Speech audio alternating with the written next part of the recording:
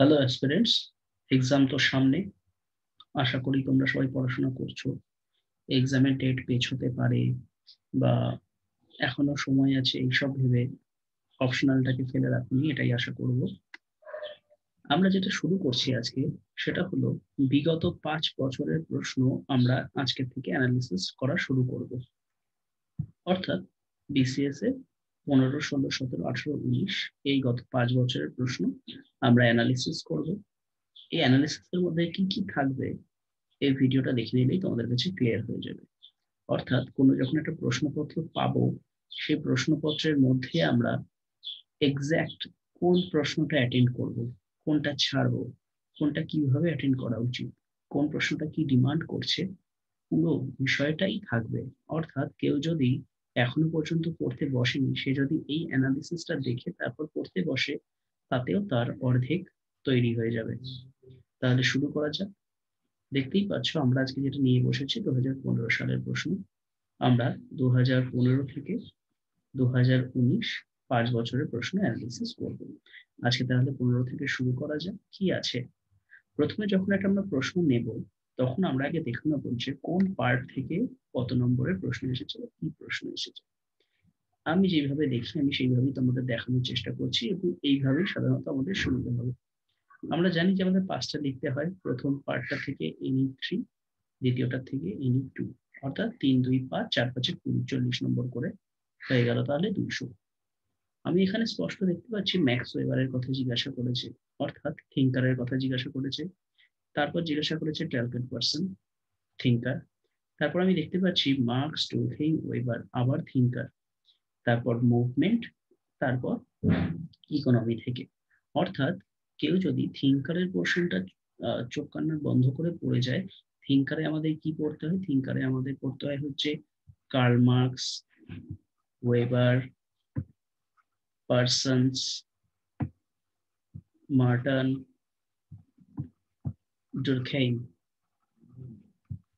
তো এই Durkheim, Marx, Weber, Parsons, Merton এগুলো যদি কেউ পড়ে যায়, তাহলে সে 2015 অনুযায়ী 3টে প্রশ্ন কমন পেয়েই যাবে। অর্থাৎ 3টে প্রশ্ন মানে তার হয়ে গেল, সেখানেই কাজ শেষে লিখে দিয়ে চলে আসবে।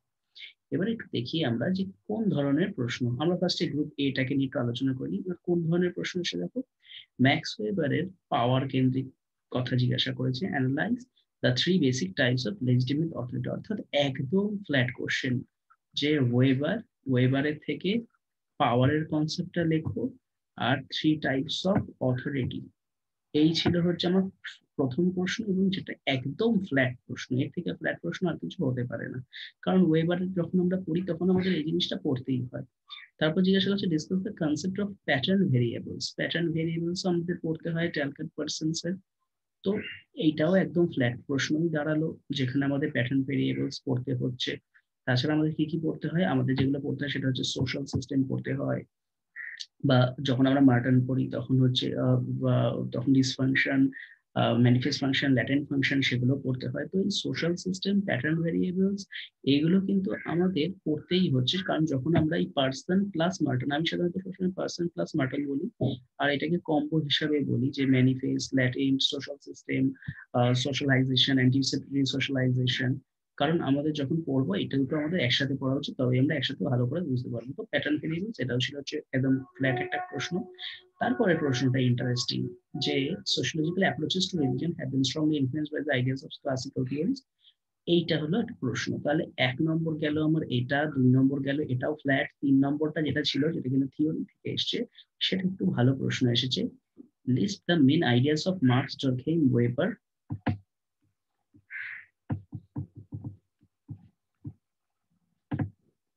Why do they have common and what divides them?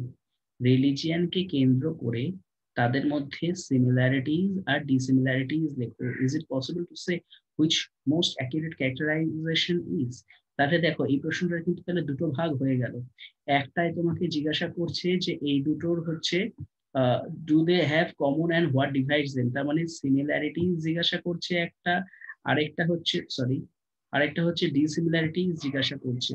তাহলে এই সিমিলারিটিজ ডিসিমিলারিটিসটাকে তুমি কত নম্বর দিবে? তুমি এখানে দেবে 30 নম্বর। আর দ্বিতীয় যে পার্টটা যেখানে তোমাকে জিজ্ঞাসা করছে কোনটা তোমার মনে হচ্ছে অ্যাকচুয়াল ক্যারেক্টারাইজেশন, সেটায় 10 নম্বর। সিমিলারিটি 30টা, তাহলে স্যার কটা সিমিলারিটি লিখবো, এটা প্রশ্ন হতেই পারে না। তোমরা একটা জিনিস স্পষ্ট করে বুঝে নাও, 3 নম্বর প্রশ্নটা নিয়ে যদি আলোচনা করি আমি,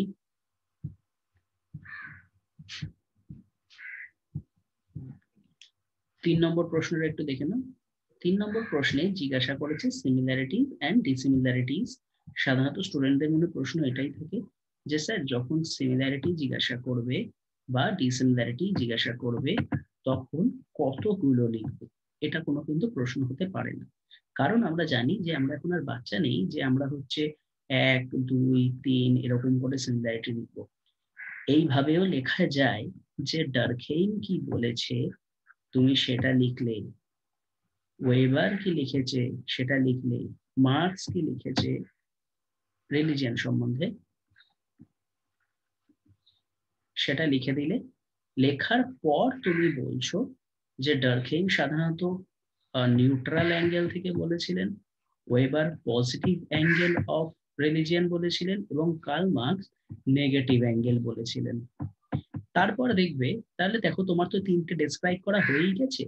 তারপর তোমার এখান থেকে পার্থক্য বের করতে সুবিধা হবে, অর্থাৎ ডুরখেম এটা বলেছিল, ওয়েবার এটা বলেনি, মার্কস এটা বলেনি, ওয়েবার এটা বলেছিল, ডুরখেম এটা বলেনি, মার্কস এটা বলেনি, ওইভাবে না করে আমরা কিন্তু এইভাবেও লিখতে পারি।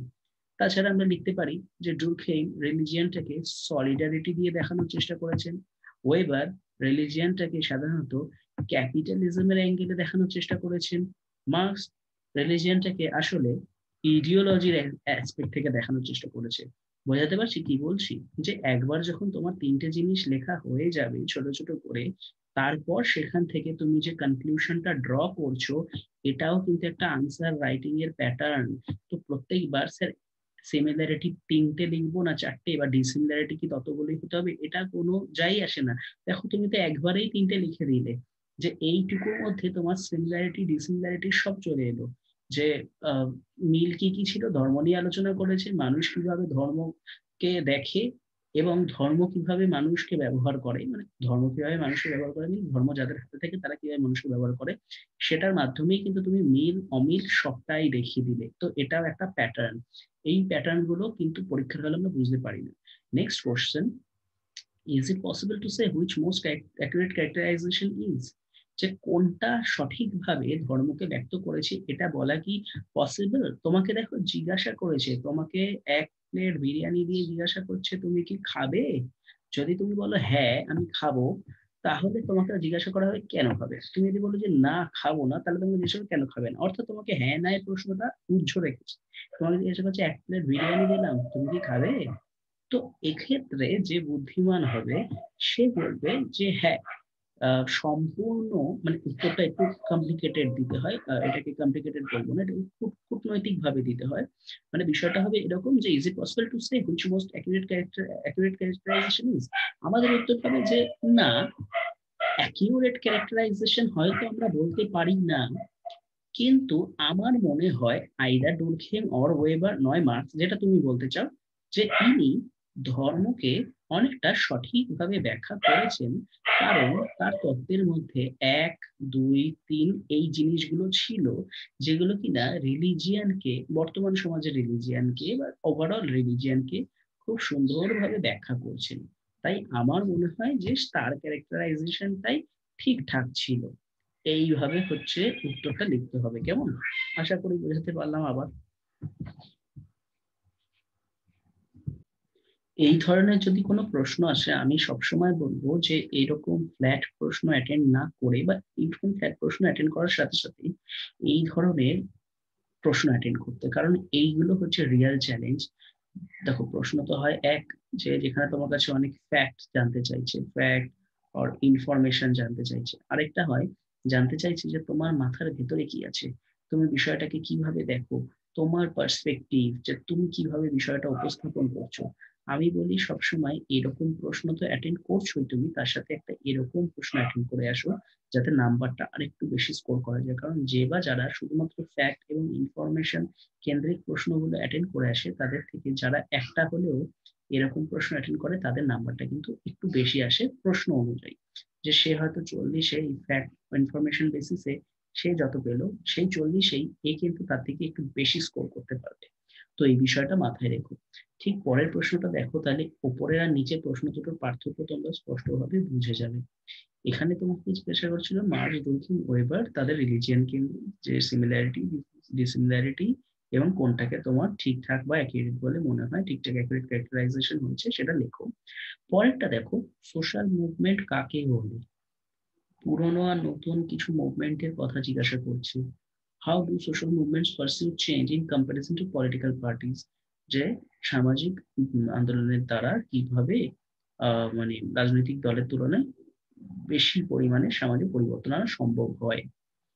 এর প্রথম, এবার এটাকে তুমি যেভাবেই ভাগ করো না কেন, যে 10 প্লাস 20 প্লাস 10, এইভাবেই যদি তুমি ভাগ করো, লিখে দেয় না, এটা একটা মজার বিষয়। যেগুলো না তোমার তোমার এক্সপিরিয়েন্স তোমাকে দিয়ে, তোমার এক্সপিরিয়েন্স দিয়ে তোমার বুঝতে হবে যে কোনটায় কত নাম্বার আছে, সেই অনুযায়ী অ্যাটেন্ড করতে হবে।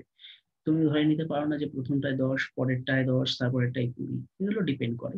তো যাই হোক, যে আহ, এই যে বিষয়গুলো যেখানে কিনা তোমার থেকে দেখো ইনফরমেশন চাইছে, কাকে বলে জানতে চাইছে, পুরোনো কিছুর নাম চাইছে, নতুন কিছুর নাম চাইছে, কিভাবে মুভমেন্ট দিয়ে বেশি পরিমাণে সমাজে পরিবর্তন আনা যায়। তো এই যে 10 নম্বর, এই পার্টটুকু বাদে কিন্তু এই 30 নম্বরটা ইনফরমেশন চায় তোমার থেকে।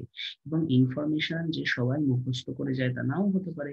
কেউ হয়তো জানেই না যে পুরোনো আর নতুন। দেখো, যারা যারা থিওরি পড়ে গেছিল তাদের তো হয়ে গেল কাজ, তারা এখান থেকে 3টে হয়ে গেল, তারা নিচে আর তাকাবেও না। কিন্তু কেউ ধরো, আমি তো সবসময় বলি যে থিওরি পড়ো, বেসিক পড়ো, তার সাথে থিওরি পড়ো, তার সাথে রিসার্চ মেথোডোলজি পড়ো, তারপর যদি ইচ্ছা করে তাহলে আর কিছু পড়ো। আমি সাধারণত এটাই বলি, বা ইচ্ছা করে, এবং অবশ্যই ইচ্ছা করে, মাথাটা তখন একটু খেলতে চায়, মনে হয় আরো কিছু জানি।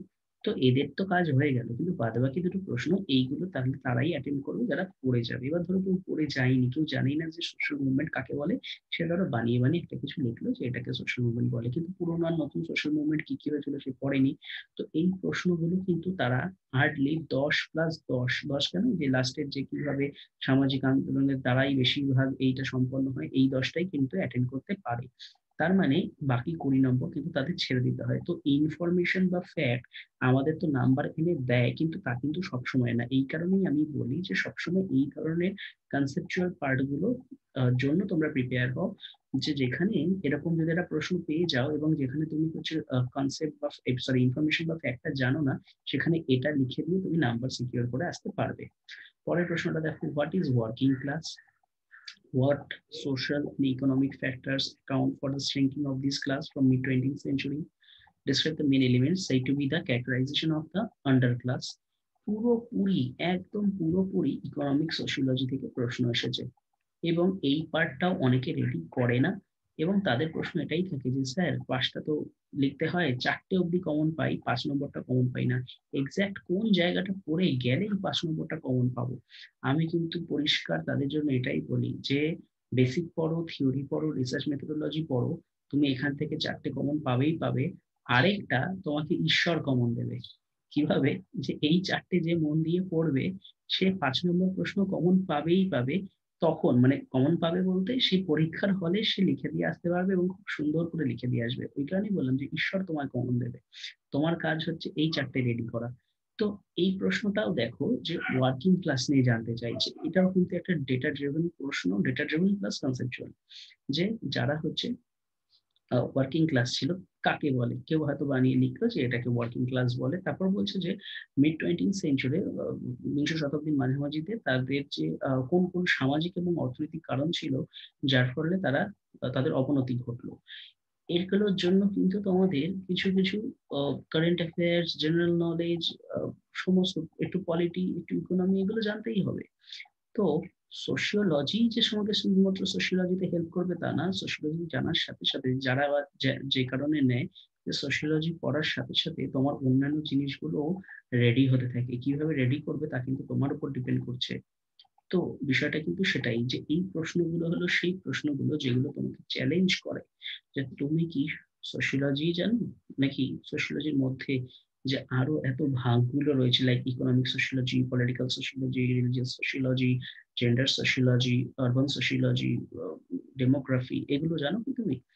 তো সোশিওলজি কেউ যদি পড়ো, সে তাহলে এই পোর্শন গুলো ভালো করে পড়ো। বাদ বাকি পোর্শনটা কিন্তু তোমার ওই জিএস বা কারেন্ট অ্যাফেয়ার্স বা অন্যান্য যে সমস্ত তোমাদের বিসিএস এর পড়াশোনার মধ্যেই পড়ে, সেগুলো থেকেই তুমি কমন পেয়ে যাবে। তো কেউ ধরে বললো যে স্যার আমি যদি নাই জানি যে describe the main elements to the characterization of underclass বা explain why and how its concept has been criticized by the sociology, সে জানো না তো জানো না, অসুবিধা নেই। কারণ আমি তো বলছি যে কমন চাই কটা, কমন চাই তিনটে এখান থেকে, তো এখান থেকে তো তিনটে আমরা কমন পেয়েই গেলাম। তুমি থিওরি পড়তে বলছি, দেখো আমি থিওরির কথা বলেছি, তুমি এটা কমন পাচ্ছ, এটা কমন পাচ্ছ, এটা কমন পাচ্ছ, তারপরেও যদি তোমার মনে হয় যে না থিওরি পড়লাম তাও একটা আমার কমন চাই, যে থিওরি থেকে তো তিনটে কমন পেয়ে গেছে, আরো একটা কমন চাই, তাহলে নাও এটা। এখান থেকে তুমি 10+10 20 অ্যাটেন্ড করতে পারবে। কোনটা ছাড়তে হবে তোমাকে? পুরোনো আর নতুন কি কি সোশ্যাল মুভমেন্ট হচ্ছে। আর তুমি যদি ইতিহাস পড়ে থাকো তাহলে তুমি পুরোনো আর নতুন সোশ্যাল মুভমেন্ট লিখে নিয়ে আসতে পারবে। তাহলে দেখো সেই ইতিহাস ঢুকে গেল। সোশিয়োলজিটা কিন্তু তোমাকে এইভাবে ওভারঅল রেডি করতে হবে। এটা গেল হচ্ছে পার্ট ওয়ানটা। এবার পার্ট টু তে আসি। পার্ট টু তে আমাদের কটা লিখতে হবে? পার্ট টু তে আমাদের লিখতে হবে এনি টু, রাইট? কি কি আছে এখানে দেখো, এখানে চোখ কান নাক বন্ধ করে আমার যেখানে চোখ যায় সেটা হলো এখানে অবজারভেশন মেথড মানে রিসার্চ মেথোডোলজি, সার্ভে মেথড মানে রিসার্চ মেথোডোলজি। ব্যাস, আমার দুটো কমন পাওয়া হয়ে গেছে। আমি কি কি পড়তে বলেছিলাম ফার্স্ট পেপার থেকে? যে এক তো বেসিক পড়ো, দুই থিওরি পড়ো, আর তিন রিসার্চ মেথোডোলজি পড়ো। চারটে তুমি কমন পাবে, 5 নম্বরটা তোমাকে ভগবান কমন দেবে, ঈশ্বর কমন দেবে। ঠিক আছে, তো দেখো এইখানে রিসার্চ মেথোডোলজি যে বা যারা পড়ে গেছে সে কিন্তু দুটোই কমন পেয়ে গেল। এবার দেখি ওই প্রশ্নটা কি আছে। Define social theory, write an essay on the basic of relation between theory. এইটাও রিসার্চ মেথোডোলজি থেকে। ঠিক আছে, যে 2015 সালটাই ছিল এরকম এক্সেপশন, যেখানে এখানে মানে টোটাল কত 120 নম্বরে এসেছিল রিসার্চ মেথোডোলজি থেকে, ভাবা যায়। এবার আমরা তো 120 নম্বর লিখবো না, আমাদের তো 40 40 80 যথেষ্ট। তাহলে 80 নম্বর এলো। তাহলে 2015 থেকে এরকম প্রশ্ন এলো, 2015 দারুণ প্রশ্ন এলো যে থিঙ্কার্স পার্টটা থেকে এলো। আমি থিঙ্কার্স কে মাঝে মাঝে থিওরিজ বলে ফেলি, হ্যাঁ। আচ্ছা, থিঙ্কার্স পার্ট থেকে এলো আমাদের 120 নম্বর, আর রিসার্চ মেথোডোলজি থেকে এলো 120 নম্বর। আমাদের কত চাই? 200 নম্বর মাত্র। আমরা এখান থেকে 120 নিলাম, আর এখান থেকে মাত্র 80 নিলাম। ব্যাস, কেল্লা ফতে 200 নম্বর। শুধু থিঙ্কার্স আর রিসার্চ মেথোডোলজি পড়ে। দেখো আমি লিস্টে কি কি রেখেছিলাম, বিষয়টা কিন্তু এটাই। তো প্রশ্নটা অ্যানালিসিস করার মাধ্যমে আজকে আমি দেখানোর চেষ্টা করলাম যে প্রশ্নটা যখনই তোমরা দেখবে, হাতে পাবে, কোন জিনিসে আগে চোখ যাওয়া উচিত। এক, থিওরিজ থেকে কি কি প্রশ্ন এসেছে, বেসিক থেকে কি কি প্রশ্ন, এখান থেকে কিন্তু বেসিক থেকে কোনো প্রশ্ন আসেনি এইবারে 2015-তে। আর রিসার্চ মেথোডোলজি থেকে ফার্স্টেই পাখি চুপ করে নিলে যে আমি কোনটা কোনটা পারবো। ফ্ল্যাট প্রশ্ন তুলে নিলে, ফ্ল্যাট প্রশ্ন লাইক 2 নম্বর টার্গেট পার্সন, 1 নম্বর ম্যাক্সওয়েলের পাওয়ার, এবং তার সাথে একটা 3 নম্বর রাখলে যেটা কিনা থিওরিজ থেকেই এসেছে প্লাস কনসেপচুয়াল। ব্যাস, আনন্দ পেয়ে গেলে, মজা পেয়ে গেলে। আর ছাড়লে কি কি 4 এবং 5, এগুলো কিন্তু ফ্যাক্ট লাগে, নলেজ লাগে। সোশিয়োলজি এই তিনটে মানে বেসিক থিঙ্কার আর রিসার্চ মেথোডোলজি বাদ দিয়ে কোন একটা জায়গা থেকে এসেছে যেটা তুমি হয়তো পড়োনি, জানো না। আর গ্রুপ বি এর মধ্যে রিসার্চ মেথোডোলজি থেকেই তুমি তিনটে পেয়ে গেলে। এবার এবার পরবর্তী যে সালগুলো আসবে, 16 17 18 19, সেগুলো আমি আলোচনা করার মাধ্যমে দেখাবো যে কিভাবে কোনো এমন একটা কি বছর এসেছিল যেখানে কেউ বেসিক পড়ে গেছে, থিঙ্কার্স পার্ট পড়ে গেছে, রিসার্চ মেথোডোলজি পড়ে গেছে, তাও সে ফিফথ কোশ্চেন কমন পায়নি, অর্থাৎ 4টে কমন পেয়েছে, পঞ্চম প্রশ্নটা কমন পাইনি। এরকম কি কোনো বছর ছিল? তাহলে সেটাকে আমরা কিভাবে এই পঞ্চম প্রশ্নটা আমি কিভাবে অ্যাটেন্ড করবো, এই জায়গাটা আমরা 16 17 18 19-এ বুঝে নেওয়ার চেষ্টা করব। আশা করি ভিডিওটা মন দিয়ে দেখবে। কোনো প্রশ্ন থাকলে কমেন্ট সেকশনে জিজ্ঞাসা করে নিন। আজকের জন্য এতটাই। ধন্যবাদ।